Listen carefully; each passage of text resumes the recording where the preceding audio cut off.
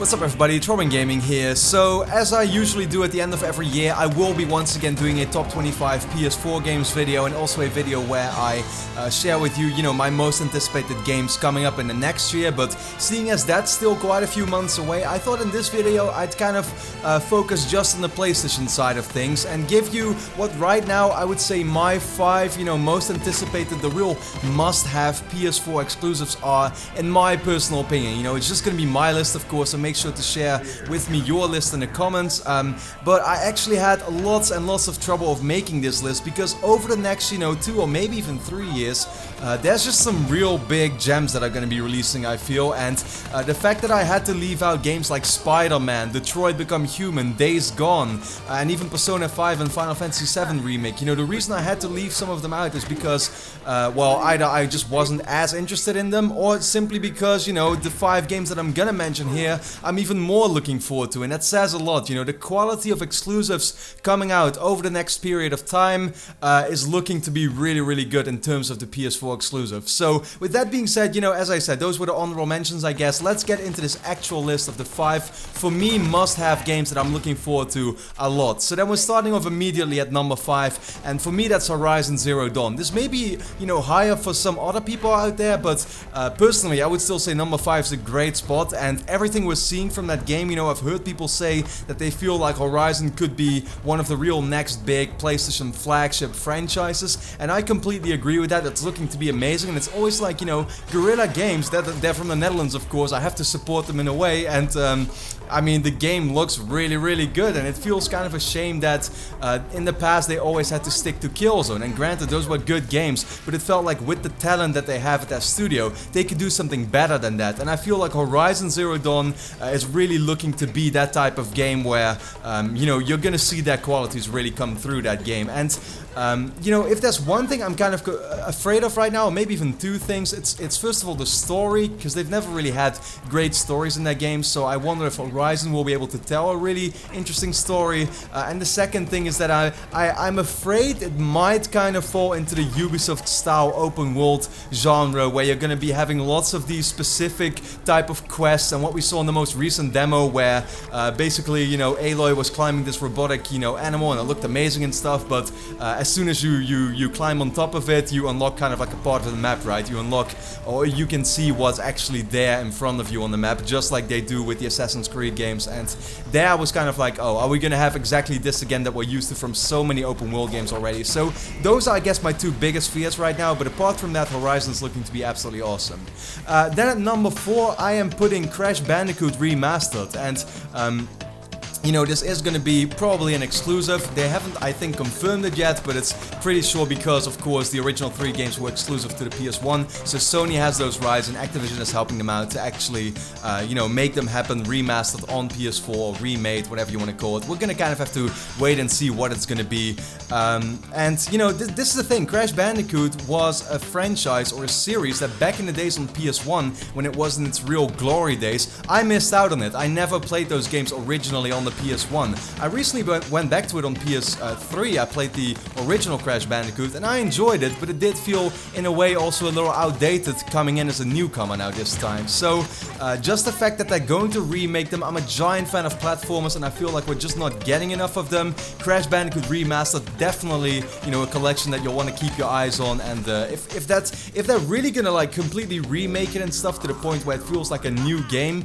but just like how the Ratchet & Clank reboot turned out to be, that would be amazing, and I really, really can't wait, to play another very high-quality platforming franchise on the PS4. So that's at number 4. Then at number 3, already talked about this one quite a bit. The Last Guardian, coming out this year, still in December. There are some concerns, about the game maybe feeling a little clunky and the controls not being too great. But apart from that, it's gonna be the situation where the story will be the make or break situation. It's like if the story turns out to be really special and amazing, that game game is going to be amazing. If not, then it probably, you know, won't be that good.